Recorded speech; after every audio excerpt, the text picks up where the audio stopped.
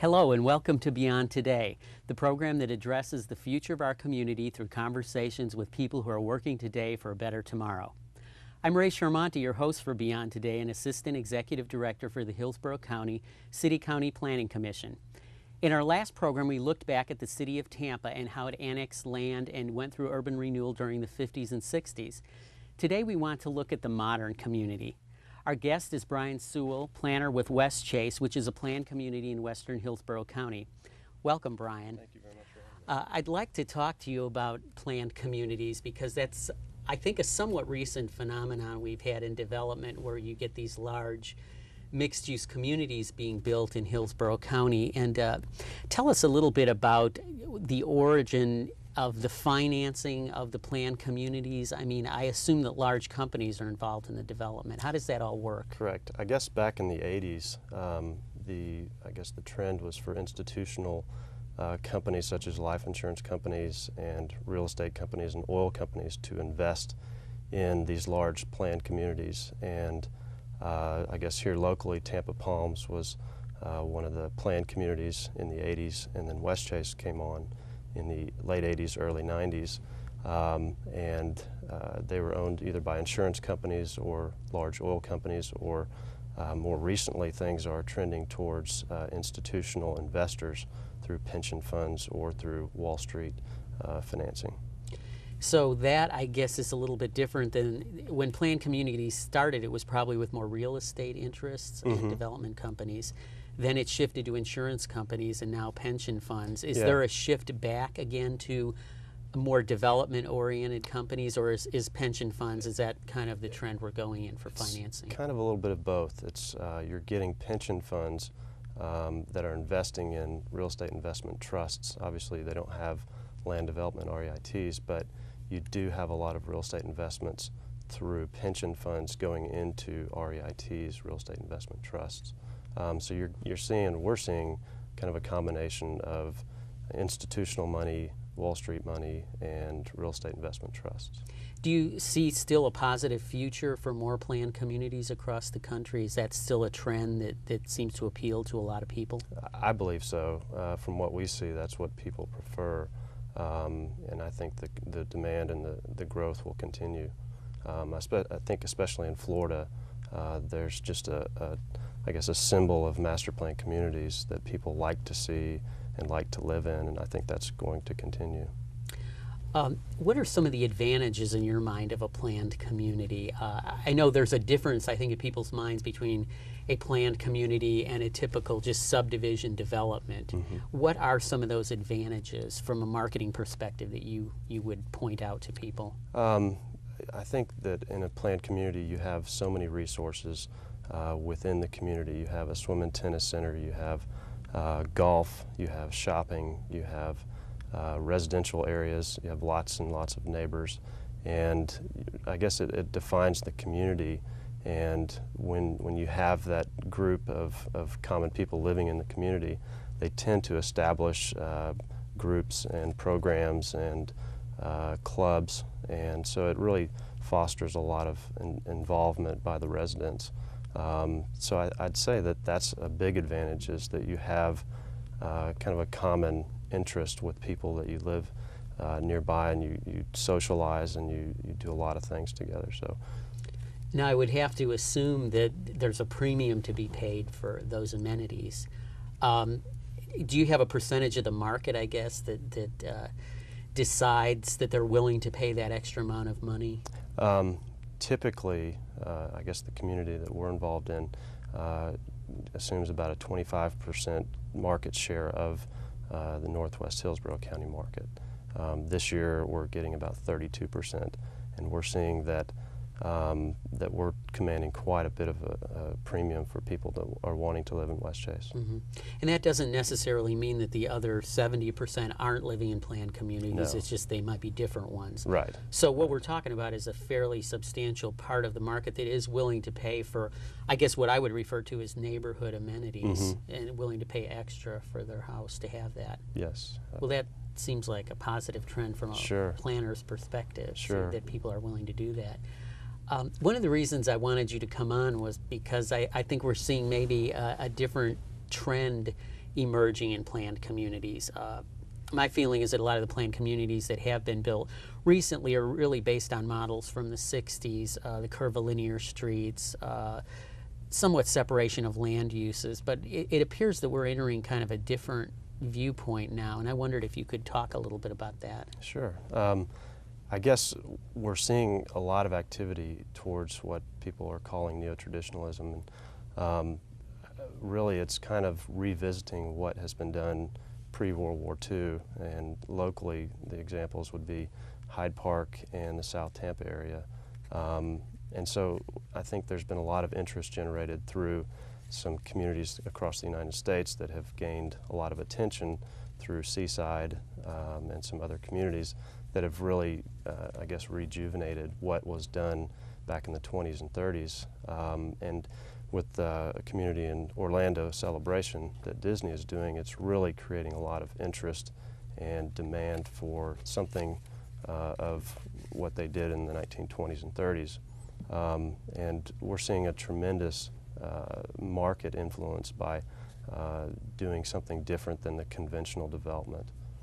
Now that's interesting. You're seeing this on the part of your typical home buyer, because I know as a planner, you know, we would tend to be aware of trends, but we don't often assume, I guess, that home buyers might be aware of the same trends, but people come in and talk about these issues then. And, we have focus groups when we introduce new products, or we have ideas to consider, and when we are kind of testing a market, we'll ask, what's important to you, what do you like, what do you not like, and we're hearing a lot of people express interest in some of the features that you mentioned, I guess the alleys and the garages being in the back and not on the front and dominating the street, like so many houses do now.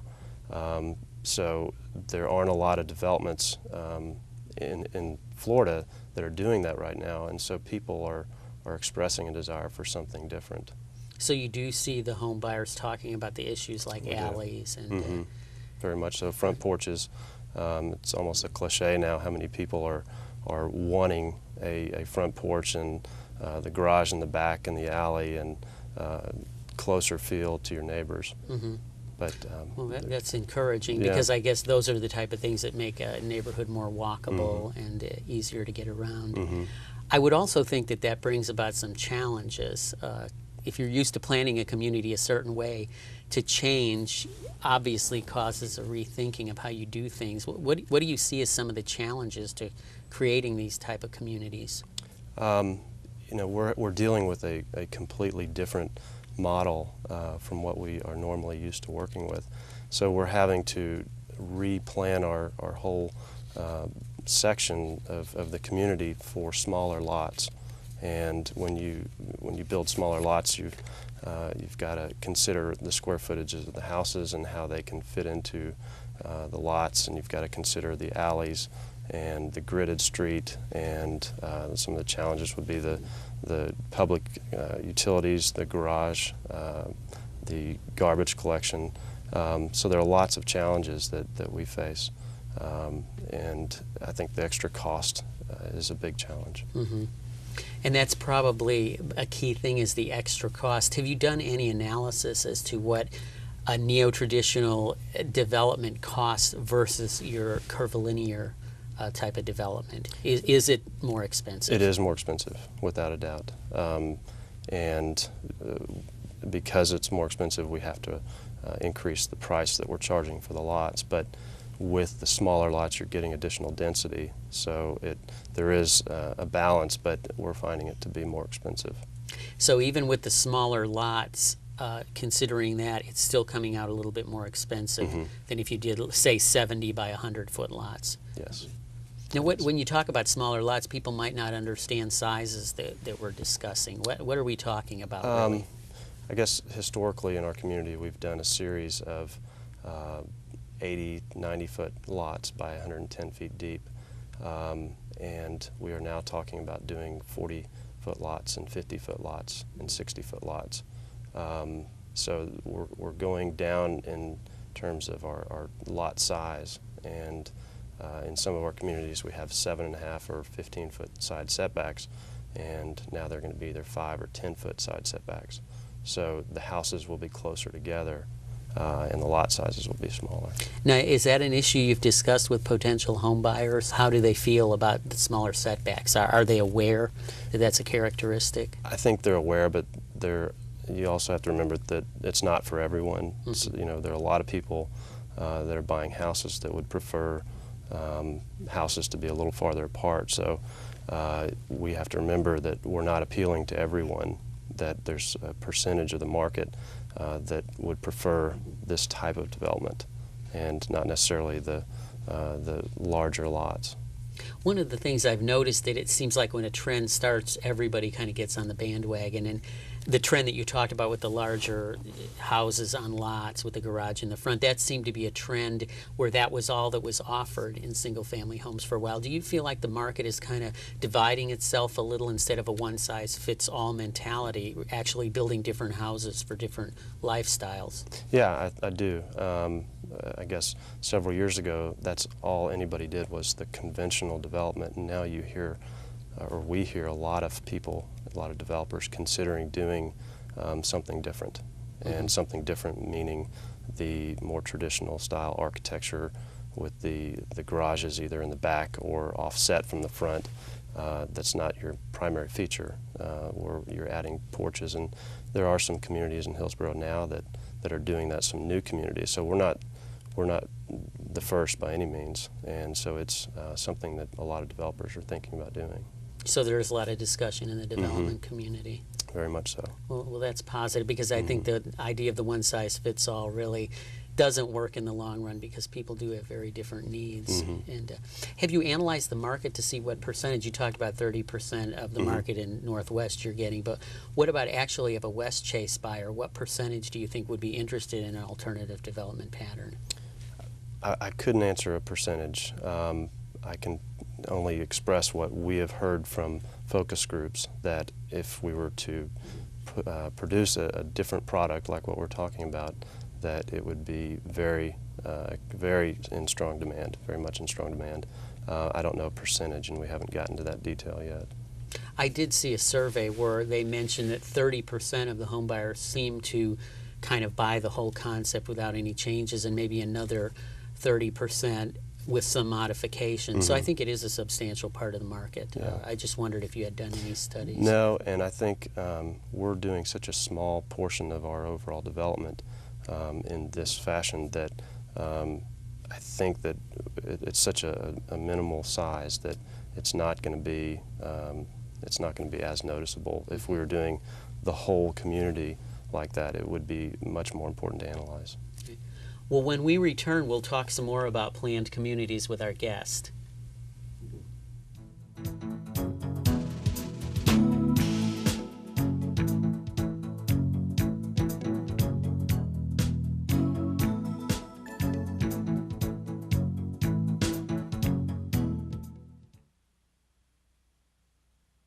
Stranded, that's us. We're out there, we're doing a job.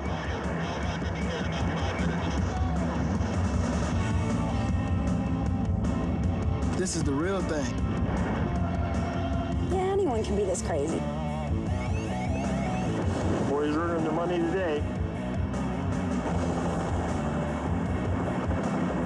Now that's a resume.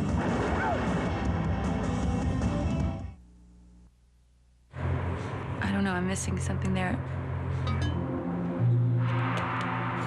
This is New Guinea. It's so powerful. I don't see it. I'm having an out-of-decade experience.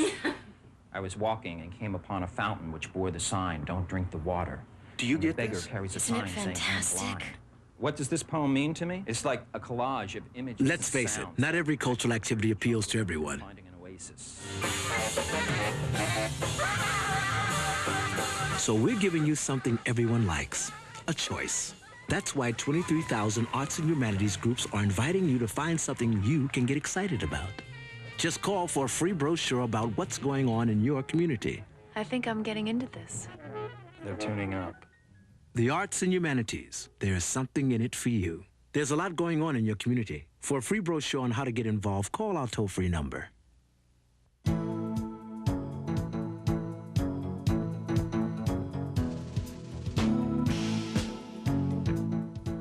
I'm your host, Ray Shermonte, and we've been discussing planned communities with Brian Sewell from West Chase. We're going to discuss some other issues in the second half, basically dealing with government and its role in fostering planned communities. Brian, I did want to talk a little bit about government and how it can be a help or an obstacle to some of the new ideas you've been discussing.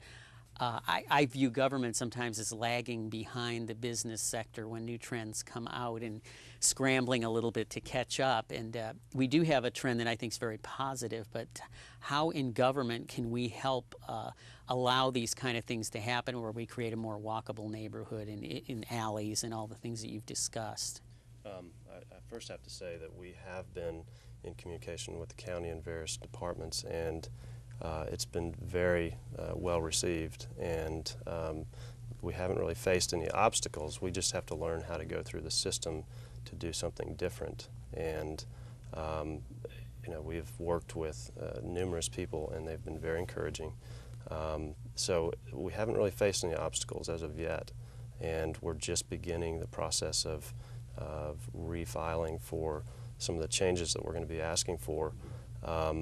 I guess some of the things that we talked about earlier as being potential obstacles would be the use of alleys, the use of setbacks, the smaller lot sizes, the lot coverage of the lot and the building.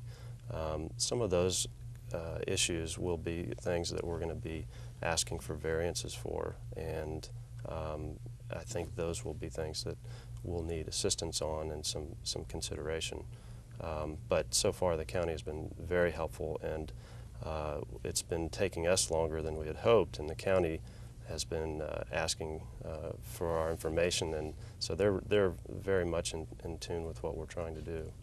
I think one of the issues that I've observed with these communities is the level of planning and detail is to a much higher level actually than most communities. A finer grain, I guess, would be a way to describe it. Mm-hmm. And that probably opens up a concern on the part of people in government to make sure that the developer follows through. In other words, you talked about increasing densities, but without being sure that you are actually going to follow through on what you're saying as far as design goes, that can create a problem, I think, that we're going to have to deal with as we go through these projects. What can be done about that? Is simply more conditions in the zoning the way to deal with that, or? I would think so. Specifying the minimum standards that the county and the developer might want to agree on. I think that they need to be specified because, as you know, there are people who are here today won't be here tomorrow, and just verbal agreements will not satisfy what the county is trying to achieve. So I think it has to be in writing, and it has to be in the zoning petition. So I think that would be very important. I think one of the issues, for example, talking about garages, if we're going to increase the density, I guess we would have to have a condition that says to go to that density, you do need to put the garage in the rear or something of that nature. Right. But do you feel the development community would be willing to have restrictions like that tie them? I do, as long as there's support for some of the variances that might be needed, such as lot coverages and setbacks and front setbacks. So yes, I think the developers would be willing to. Now, another issue that I found being a planner is that sometimes it isn't so much the zoning regulations that can create problems, it's what we call technical manuals. For example, the engineering of a street might have a curb type that doesn't allow landscaping to be near the street. That creates a problem. I guess, have we dealt with these issues yet? Do you feel adequately, or is that something these technical manuals are going to have to be looked at also? I think they will have to be looked at for sure. We are not to the point yet, so I can't really answer whether or not it's an obstacle or not, but we will need to address that, but right now we haven't gotten to that point yet. Now, where do you think Tampa is in this overall trend? My experience, really, there isn't what I would call a neo-traditional community in Hillsborough County yet. And possibly yours could be the first one, and then others would follow. But are we a little bit behind some other cities, or what are you aware of that's going on in other parts of the country? I don't think we're behind. I think the development community is just kind of slowly looking at what has been done, Celebration, Seaside, the Kentlands, some other examples, And I think that some of the ideas are being tested locally here in Hillsborough. Up in Villa Rosa, they're trying some alternatives, and so other developers are also talking about doing some neo-traditional developments in Pasco County. But I think that the development community is taking it relatively cautious and not jumping into it with both feet. And I think that's what we're going to do. We have a minimal size of our community that we're going to be testing this with, and so I think that we're not behind the times. I don't think Hillsborough County is anywhere different than some of the other cities across the United States. Some of the other cities, Dallas, Texas, is doing a community called Addison Circle, and it's a little bit different because it's an all multifamily community, and it is an 80-acre community in the suburbs of Dallas, and they're doing 4,000 units on 80 acres, which is tremendously dense, and they're having retail and shopping on the ground floor, and it's a multifamily community, and I guess the architecture and the street feel, the units are right next to the street, and I guess the sense is that the people being close to the street and kind of fosters a sense of security with that many people being in a community. Now, I think that's interesting because that brings up the issue. It sounds like that's being built in a community that already exists, maybe is an infill situation. Mm-hmm. Yeah. And we're talking about density of what per acre in a community like that? I believe that's about 40 per acre. That is very dense. Which is very dense. Now, that would seem to be a type of development that would be very supportive of transit. Mm-hmm. That's a good point. Is that tied at all? I understand Dallas is building a new light rail system or has one leg of it open already. Addison Circle does have a light rail stop on the system, and I don't believe that the light rail has been activated to that part of the community yet, but it does have a stop, and it's dedicated, and as soon as the rail services it, it's going to Now, is that rail under construction? The rail is actually open in certain parts of Dallas. There's a leg that runs from downtown Dallas to the south portion of Dallas, and they've just opened up another line up to the northern part of Dallas. And this section will come on, I don't know exactly what the year is, but it will be serviced by the light rail. And so they'll have a tremendous numbers of riders in that area. So this is really a community that was somewhat planned around a station idea, I guess, with this kind of density. Mm-hmm, definitely. In I an don't know if it was planned just for rail, but I think that the rail will obviously be a big benefit for the residents living there. Now, you said it was multifamily. There seems to be a trend, I guess, toward more expensive rental units, and I'm not sure if this community we're discussing was just rental or is it ownership It's all rental. too. It's all rental.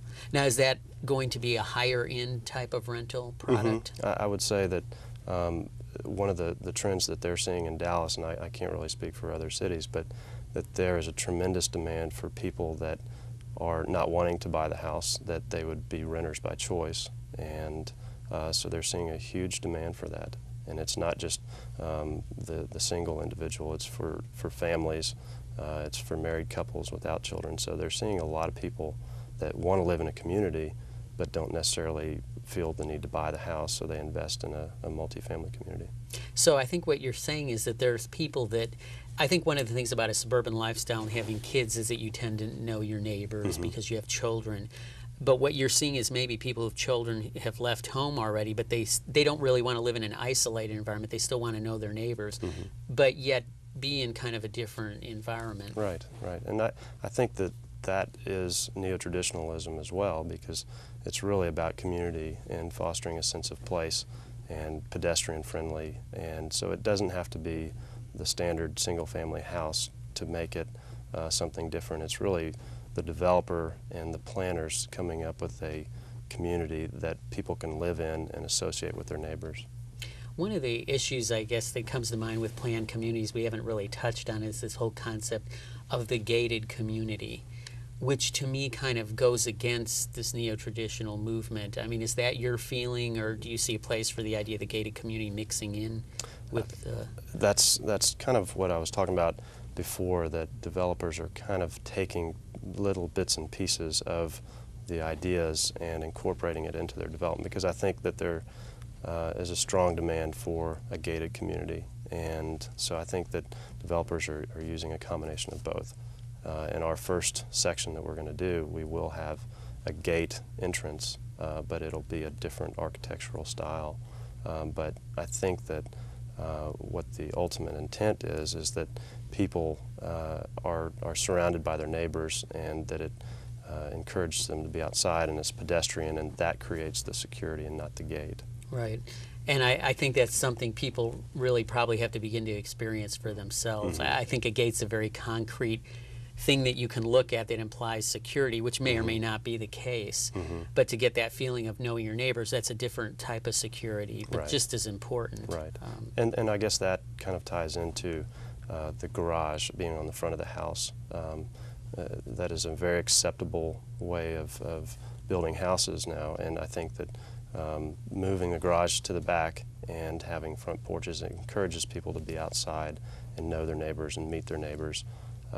So that's one philosophy that neo-traditionalism is trying to encourage. And probably going beyond that, not only knowing their neighbors, but I suppose if people are out on their front porch more, they also know when someone is in the neighborhood that they don't know, you know, which kind of sets up an alert. Right. I guess we go back to the age of kind of the nosy neighbor syndrome, but actually that wasn't always bad. Exactly. Because people did kind of take care of their neighborhoods. Exactly. Great.